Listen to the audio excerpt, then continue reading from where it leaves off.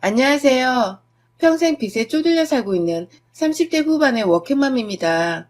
시작부터 제 소개를 하자니 너무 할 게 없어서 오죽했음 빚 많은 걸 자랑이라 썼겠냐마는 여러분들의 너그러운 이해를 부탁드립니다. 저는 어릴 적에 이혼하신 부모님 때문에 아빠랑 함께 엄마에 대한 정을 받지 못한 채 살았어요. 지금까지도 평생을 그렇게 살고 있으니 더 정확히 말하자면 엄마로부터 받은 사랑이나 정을 아예 기억하지 못하며 그 기분조차 모른다고 표현하는 게 더 정확하겠네요. 밥을 굶거나 옷도 입지 못하고 사는 등 궁핍하게 산 건 아니었지만 교사 생활을 했던 아버지는 저에 대해서 관심이 하나도 없으셨기 때문에 제가 뭘 필요로 하는지를 전혀 물어봐 주신 적이 없으셨고 어려서 뭐가 뭔지 알지 못했던 저는 필요한 것들, 내가 지니고 있어야 할 것들을 제대로 한번 사달라고 졸라본 적 없이 그냥 난 이렇게 없이 혹은 모자르게 사는 사람이구나 하면서 하루들을 버텼습니다. 생리가 터졌을 때에도 전 그게 평생 줄줄 흘러내릴 줄 상상도 못한 채 그냥 무작정 생리대를 살 생각도 못한 채 학교에 등교를 했었고요. 자녀를 학교에 바래다 주던 어느 고마우신 학부모분의 도움을 받고서 등교길에 주변 마트에서 생리대도 공짜로 받고 급하게 선생님께 양해를 구하고 집으로 돌아가 옷을 갈아입을 수 있었어요. 전 아직도 그날 내가 다른 사람으로부터 도움을 받지 못했더라면 학교에 가서 얼마나 많은 남자애들 그리고 여자애들한테까지 놀림을 받았을까 싶어서 아찔하답니다. 그 정도로 저한테는 감사했던 날과 동시에 다시는 기억하고 싶지도 않은 그런 날이었죠.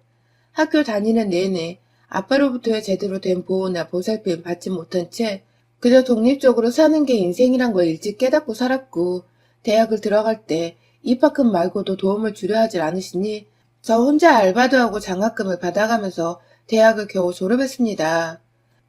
누가 보면 제가 정말 불우한 가정에서 나고 자란 애인 것 마냥 학교에서 선생을 하면 정년도 보장되어 있고 대학 등록금 정도는 대줄 만한 돈도 벌고 있는 아빠가 있음에도 전 완전히 고아나 다름이 없었어요. 뭐 그마저도 너무 익숙해진 터라 이제는 더 이상 불만이 있지도 않고요. 진작에 대학 졸업하면서 아버지와는 완전히 연을 끊어버렸거든요. 하고 싶은 게 딱히 없었고 오로지 돈만 많이 벌어서 풍족하게 살고 싶었습니다. 점점 자라고 사회에 발을 디디게 되면서 다른 또래의 여자들은 너무나도 예쁘게 그리고 늘 웃으며 행복하게 사는 것 같은데 저 혼자만 세상 침울한 표정을 한 채 불쌍하게 살고 있는 것 같다는 느낌을 내내 지울 수가 없었거든요. 열심히 공부를 했고 과외 알바가 쏠쏠했음에도 이것저것 경력이 될 수 있는 인턴이며 봉사활동까지 시간을 100단위로 쪼갰으면서 스펙을 쌓으려고 했고 그 덕인지 저는 다 밝힐 수는 없지만 전공을 살려 한 회사에 취직을 했습니다. 제가 기대했던 만큼의 연봉을 받았고 그래서 남들은 상사 욕하며 회사 욕에 뭐해 아주 누구 15대는 재미로 살 때 전 뭐가 그리 재밌고 즐겁고 또 감사한지 회사에서 상사가 아무리 욕받이라고 욕을 해줘도 월급만 주면 다 너그럽게 용서가 된다는 마인드로 살았습니다. 태생이 돈을 쓰고 잘하지 못했던지라 돈을 제대로 쓸 줄도 몰랐고 그냥 월급 통장에 턱턱 넣어두는 게 전부였고 그렇게 살다가 딱 한 번 직장 동료의 주식 얘기에 홀려덩 빠져서는 함께 주식에 돈 3천만 원을 꼬라박았다가 2천만 원의 수익을 얻기도 했었어요. 그 바람에 하지 말아야 할 짓을 해버렸죠. 주식 한 방으로 개고생하며 일해야 버는 돈을 쉽게 벌었던 생각에 수중에 있었던 돈의 3분의 2가량을 겁도 없이 쏟아 부어버렸고 결국 여러분들이 예상하시는 대로 그걸 다 홀라당 잃어버리고야 말았습니다. 몇 년간 돈 모으는 재미로 살았었는데 그 돈 한번 제대로 써보지도 못한 채 다 날려버리고는 30이 넘어서 다시금 통장 잔액 0부터 인생을 시작해야 했어요. 내 인생에서 돈을 이렇게 잡힐 듯 하다가 떠나가는 무용지물의 것이구나를 절실히 깨달으며 그때부터 본격적인 제 인생의 이막이 시작되었습니다. 악착같이 돈을 벌면서 악착같이 돈을 모으고 내 앞으로의 인생을 준비하기로 한 것이죠. 결혼 생활이 좋다는 생각을 단 한 차례 해본 적도 없었고 알지도 못했기 때문에 결혼은 당연히 상상 안 했던 것이고요. 제가 인기가 없기도 했었지만 평생 독신으로 살겠다는 마음으로 이성교제에는 완전히 마음을 비운 채 사는 정도를 정말 일이나 더 열심히 했어요. 그런데 참 여기 사연에서도 저 같은 분들이 많으셨던 걸로 기억하는데요. 저도 정말 꿈에도 생각지 못했던 순간에 결혼을 하게 된 남편을 만나게 되었어요. 같은 부서의 상사가 사표를 내게 되면서 여러 동료들을 술자리에 초대했고 그 자리엔 저는 얼굴도 모르지만 상사와는 동료로서 오래도록 일을 했던 같은 회사의 직원분들도 여러 참석을 했었어요. 단순히 인사를 드리는 자리니까 딱히 어색하단 걸 모르겠어서 상사한테 지지하는 채 술을 주고받으며 허심탄회하게 직장 얘기를 하고 그러다 퇴직 얘기가 나오며 자연스레 저도 술김에 혼자 살고 싶다는 둥 그냥 인생이 너무 힘들었다는 등 별 하지 말아야 할 얘기까지 해버리고 말았는데 그걸 저희 남편이란 사람은 변태도 아니고 그게 그렇게 매력적이었다며 그날 술자리에서 제 번호를 따간 겁니다. 지금 생각해보면 제가 경력도 있고 겉보기에 멀쩡해 보이는데 혼자 산다고 하니 모아놓은 돈은 많겠구나 하면서 저한테 대시를 한 것 같아요.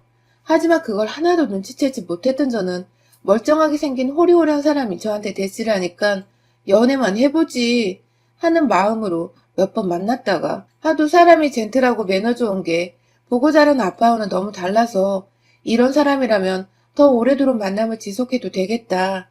연애를 더 깊이 더 오래 하다 결국 결혼을 했어요.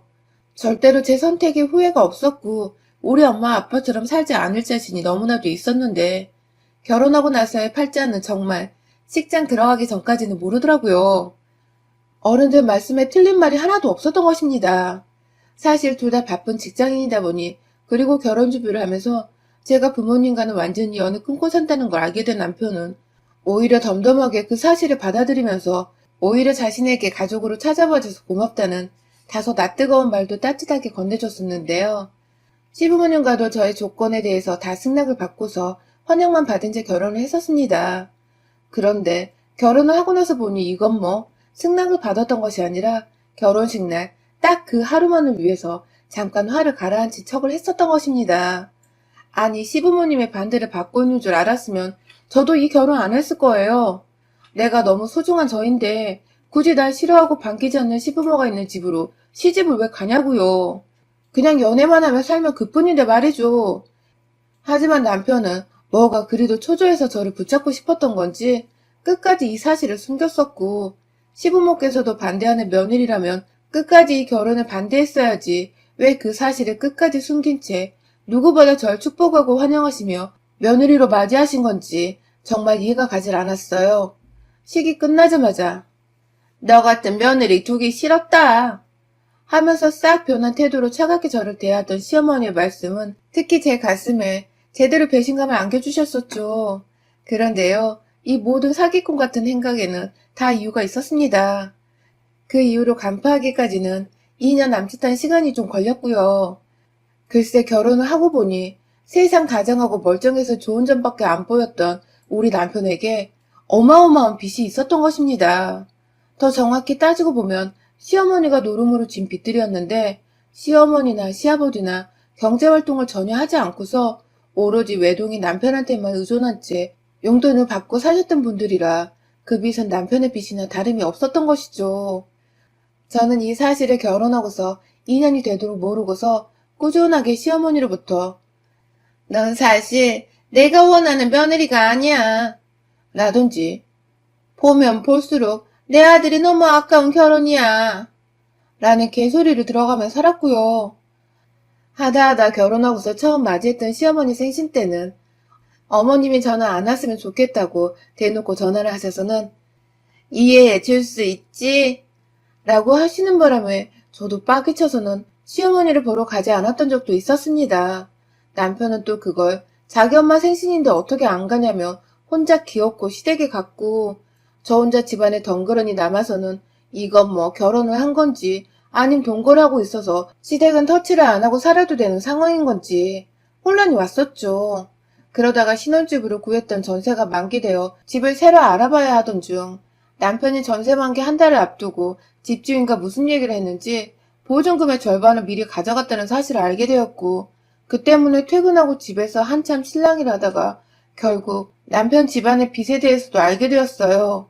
아무리 그래도 그 전세 보증금의 반 이상은 다 제 돈이었는데 그마저도 청약에 당첨된 집이 있는데 아직 입주기간이 아니라 임시로 살 전셋집을 구해야 된다고 해서 제가 일부러 나서서 전셋집을 구했던 건데 엄연히 제 돈인데 그걸 멋대로 가져가서는 자기 집안 빚을 갚는데 보태다니. 이게 사기가 아니면 도대체 뭐가 사기냐고요. 정말 배신감이 이루 말할 수 없는 순간이었습니다. 그리고 또 분명히 자기가 진 빚을 남편이 제 돈을 통해서 갚아낸 것을 알고 있었을 텐데도 꾸준히 저를 싫어하고 탐탁치 않아 하면서 쓴소리 막말을 구분하지 못하고 뱉어냈던 시어머니에 대한 분노가 동시에 치솟아 올랐습니다. 무슨 자신감으로 그렇게 꾸준히 저를 싫어하셨나 싶어서 확 울분이 터지더라고요. 그때는 정말로 뒤도 안 돌아보고 내 돈 갚아내라며 갈라서면서 완전히 남남이 될 작정으로 전세 만기와 동시에 혼자 살 집을 구해서 집을 나갔어요. 혼자 변호사 사무실을 찾아가 소송 준비도 했고요. 그런데 이 무슨 운명의 장난인지 제가 얼마 지나지 않아 임신한 사실을 알게 되었어요. 이혼이고 뭐고 내 아이마저 나처럼 한부모 가정에서 자라게 할 수 없다는 부담감과 두려움이 동시에 몰려왔었죠. 결국 임신 사실을 남편에게 알렸고 남편은 그게 다 하늘이 주신 마지막 기회라며 잘못했다고 또 용서를 구하니까 저도 별 수 없이 받아들인 척을 하며 아이를 위해 다시 살림을 합쳤어요. 당연히 전세금을 다 돌려주겠다는 약속도 받아냈고요. 아이를 키워야 하니까 더더욱 돈 관리를 철저히 해야 한다며 남편에게 제대로 겁도 줬습니다. 또다시 이런 일이 있으면 아이고 뭐고 당신은 당신 집안 빚에다가 내 아이 양육비부터 양육권까지 나한테 넘겨줄 각오를 해야 할 거란 겁박도 하면서 말입니다. 그렇게 저희는 제가 인치를 구했던 그 원룸에서 남편과 다시 살림을 합쳤다가 또 원룸 계약이 만료된 후에는 도무지 모아놓은 돈이 없는데 전세를 구하긴 버거워 결국 피눈물을 무릅쓰고 시댁에 들어갔어요. 돈을 아끼기 위해서이기도 했고 내 돈 갚게 하기 위해서 채무자의 집으로 채권자인 제가 들어가기로 한 것입니다. 그렇게 저는 자연스레 시댁에서 살게 되면서 남편이 제 눈치가 보였는지 시어머니의 입을 완전히 틀어막아 버린 덕분에 나름 불편은 했으나 참고 살만한 정도였고 아이를 낳은 후에는 저희가 회사를 가야 하니까 자연스레 시어머니께 부탁을 드리게 되었는데요. 그쯤부터 문제가 다시 시작되었어요. 시어머니와 저의 갈등 말입니다. 그간 남편 눈치를 보면서 저한테 제대로 말을 못 붙이고 계시던 시어머니는 사실 더 따지고 보면 아예 무시를 하시는 것이었거든요. 제가 퇴근하고 남편보다 먼저 들어가면 본체만체 하시면서 네 엄마 왔다 하면서 말도 제대로 못 알아듣는 아이를 거실에 혼자 내버려뒀다가 본인은 육아 퇴근을 외치며 절 한번 흘겨보시곤 방 안으로 들어가셨죠. 이런 적이 한두 번이 아니었어요. 이럴 거면 시어머니 말고 전문 어린이집에 맡기는 게 훨 나아서 제가 일부러 불시에 외근을 나갔다거나 반차를 쓰고서 집에 간 적도 있었는데 정말 한 번도 빼놓지를 않고 늘 방에서 자고 계시거나 혼자 부엌에서 소주를 마시고 계시기도 했어요. 그때마다 제 아이는 혼자 거실에서 위험천만한 리모컨을 입으로 빨고 있거나 모서리란 모서리는 죄다 손으로 쥐어만지며 벌러덩거리고 있었습니다. 그런데 좀 지나서는 급기야 양육비를 요구하시더군요. 아이 키우는데 돈 한 푼 쥐어주지도 않고서 애를 키우라 하냐면서 뭐 이런 천박한 년이 다 있냐고 저보고 아이 키울 자격이 없는 엄마라는 겁니다. 저한테 빌려간 돈을 아직 다 못 갚았다는 사실이 무색하리만큼 시어머니나 아이 양육을 핑계로 다달이 무려 150만 원의 돈을 요구하셨고 당연히 육아를 해주시니 일정의 돈을 드려야 하는 줄은 알고 있었지만 그간 시어머니가 저희 애한테 하셨던 행동들이며 게다가 저한테서 무단으로 돈을 빌려가셨음에도 불구하고 우리 사정 뻔히 아시면서 양육비를 150만 원이라니 정말 염치도 뭣도 없더군요. 친정엄마가 없는 게 이리도 슬픈 적은 처음이었습니다. 내가 내 이름으로 대출까지 받아서는 피땀 흘려 준비했던 내 돈 1억 가까이를 빚 갚는데 써놓고는 전셋집 구할 자신이 없어 기어코 시댁에 얹혀 사는 중인 아들부부가 불쌍하지도 않은지 돈 150만 원 달라니 그게 무슨 얘 이름이냐 말입니다. 함께 사는 입장이라 싸울 수는 없고 어떻게든 대화를 통해 잘 풀어가 보고자 남편과 미리 상의를 한 끝에 주말을 맞아 시부모님과 대화를 했어요. 코로나로 어디 나갈 수도 없으니 그냥 차 한 잔 끓여놓고 함께 진득하게 얘기라도 좀 해보자는 마음이었습니다. 하지만 시어머니는 귀엽고 저한테 그러시더라고요. 기껏 분위기 잡고 앉아서는 한다는 말이 돈 못 준다는 말이야? 그럼 이 집에서 네가 짐 빼면 내가 없던 일로 해줄게. 라시더군요. 애를 놔두고 엄마 혼자 집을 나가라니. 이 무슨 개망나니 같은 신박한 뻘소리인가요? 저보고 지금 집을 나가란 말씀이세요? 라고 어처구니가 없어 되물으니 시어머니께서는 다 들어 처먹고도 모른 척 팔 빼맞는 거 봐. 하면서 급기야 제 남편을 바라보며 저거 순 여우라고. 얘는 자기한테 맡겨놓고 돈도 안 주고 부려먹으려만 한다며. 그래서 자신이 이 결혼을 반대하지 않았냐며 기어코 결혼 반대했다는 얘기를 굳이 그 상황에 또 꺼내들어서는 제가 처음부터 못마땅했다는 말을 하는데 와 진짜 이건 뭐라 도대체 대꾸를 해야 할지 모르겠더군요. 계속 가만히 참고만 있었던 저의 전적인 잘못이었던 것이죠. 빌려간 돈도 저한테 함부로 하는 말들도 제대로 제 아이 돌봐주지 않는 것도 그때마다 화를 내고 문제 제기를 하면 그냥 넘어가면 안 되는 일이라는 것을 알려줬어야 했는데 그쯤 되니 저도 제 자신이 후회스러워 죽겠더라고요. 눈을 지그시 감았다 떴습니다. 제가 화날 때마다 한 번씩 참으려고 하는 의식 같은 것인데요. 옆에서 남편이 그걸 보더니 급기야 엄마 그만해 그만 좀 해 하며 대신 화를 내는데 제 성에는 하나도 차지 않았어요. 어머님, 그래서 제 돈도 안 갚고 제 자식까지 저한테 떼어놓고 저를 혼자 이 집에서 내보내시겠다? 라고 반말을 섞고 되물었습니다. 다시금 제대로 어머님의 의중을 들어보자는 제 나름의 착한 척하는 선의이자 돈 없고 능력 없는 한 노인을 위한 배려였어요. 하지만 시어머니는 뭐? 내보내시겠다? 이게 돈 몇 푼 빌려줬다고 위아래가 없나? 하면서 급기야 내 새끼를 향해 그러더라고요. 아이고 그래도 손주라고 데리고 살려 했는데 지 엄마 팔자는 못 따라가겠네. 집 나가 호러미 밑에서 사람 구실이나 하고 살란가 모르겠다. 하면서 그 어린애를 들쳐업고는 저희 방 안에 있던 조그만 아이 침대에 아이를 들여놓곤 그 침대를 얘가 막 중심도 못 잡고 흔들리는 와중에 방 밖으로 질질 끌고 나오는 게 아니겠어요? 저희 애 안을 때부터 이상하다 싶어 저도 제자리에서 일어섰다가 그 꼴을 보니 도저히 이혼도 아직 안 한 마당에 홀어머니 소리까지 듣고는 정말 제 인내심의 한계에 다다랐습니다. 저도 모르게 제 옆에서 어쩔 줄 몰라 하던 남편 새끼 대가리를 주먹으로 쳐버렸어요. 네 자식 저러고 있는데 똥마려운 개새끼 마냥 가만히 있냐? 하면서 남편에게 1차로 퍼본 뒤에 자기 새끼 때렸다며 놀래 야! 하면서 제게 소리를 지르던 시어머니가 달려가 일단 저희 아이부터 떼어놓았습니다. 정신 차린 남편이 뒤늦게 저 따라와서는 얘를 자기한테 달라며 안으려고 하는데 다시 한번 발길질로 차버리고는 너 새끼랑은 당장 이혼인 줄 알아 라는 말을 남기고 방 안에 보이던 우리에게 젖병을 들고 나와서는 시어머니 주둥이에 집어 넣어버렸어요. 얼떨결에 입에 젖병을 문 시어머니는 뱉어내려고 발악을 하는데 제가 제정신이 아니었어요. 그냥 며느리로서의 체면이며 예의며 다 잊어버리고는 저희에게 분유로 쓰고 있는 통을 열어다가 그 가루를 그냥 확 시어머니한테 부어버렸습니다. 제가 그러고 나서도 화가 안 풀린다며 분유통을 아무 곳이나 기분대로 던져버렸는데 그게 부엌안에 컵을 걸어놓던 거리에 제대로 명중시킨 바람에 줄줄이 컵이 바닥에 떨어지며 깨지고 깨지는 와장창 소리가 나고 아주 개판이었습니다. 그런 와중에 저는 혼자 아이를 들쳐업고 그 집을 나왔어요. 당장 갈 곳은 없지만 당분간이면 될 거라며 유일한 저의 싱글 친구인 대학 동창에게 부탁해 그 집으로 들어갔고 이윽고 에어비를 구해 한 달을 나와 살았어요.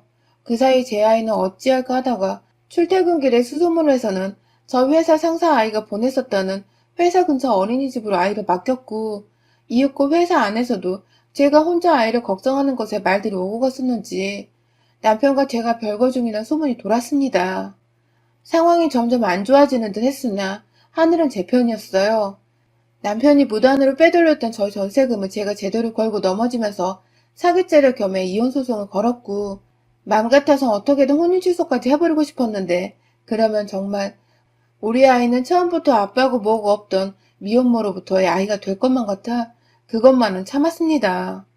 저한테 아이 어린이집 그리고 법률 조언까지 해줬던 상사는 급기야 너무 분하다며 본인 스스로 저희 부부의 진실에 대해 회사에 소문을 내주고 다녔고 그 덕에 말빨 좋은 상사 덕에 남편은 완전히 회사 내에서 쓰레기 취급을 넘어 상대 못할 말종 취급을 당했어요. 본인은 저한테 소송 걸리고 제가 남편뿐만 아니라 시어머니를 향해서도 혼인 파탄의 책임을 물어 위자료 소송을 걸어버린 바람에 줄줄이 소송 해결의 위자료 그리고 앞으로의 양육비 지급과 제 전세금을 갚아내려 돈이 필요했을 텐데 직장은 다녀야 하니 얼굴에 철판을 깔고 출퇴근을 하는데 지난번에 보니 유부남 유부녀 동료들 사이에서도 밥도 혼자 먹고 완전히 아싸가 되어서는 지내고 있더라고요. 그래도 사내왕따로 고소당할까봐 일감은 조금씩 주면서 공적인 관계만 맺고 있고 말이죠. 지 아들이 딱 죽기 직전의 상태로 돈을 벌고 있는 걸 눈치챘는지 딴엔 엄마라고 저희 회사까지 찾아와 제 앞에서 울고 불고 무릎 꿇고 잘못했다고 사과를 하러 온 시어머니. 사람들 앞에서 창피하지도 않으신지 자신이 너무 실수를 한 것 같다며 자기 아들이 돈을 벌어야 하는데 그걸 죽지 못해 하고 있다며 저를 너무 그리워한다고 막 제 발을 붙잡고 팔에 매달리고 정말 눈 뜨고 못 볼 정도로 사람이 한순간에 딱해졌더군요. 그러나 전 그런 시어머니의 모습에 더욱 희열과 쾌감을 느꼈습니다. 제가 싸가지 없다고 하셔도 상관없어요. 시어머니는 제게 그런 일을 당할 만큼의 죄를 저질렀고 지금 그 죄값을 하나씩 받아가고 있는 중이신 거니까요. 인생은 다 돌고 도는 법이거늘 사람한테 잘못하고 죄 짓고 살면 얼마나 말년이 고통스러운지를 피부로 다 느껴보시도록 제가 끝까지 도와드리고 지켜볼 겁니다. 여러분의 생각은 댓글로 남겨주세요. 오늘도 시청해주셔서 정말 감사합니다.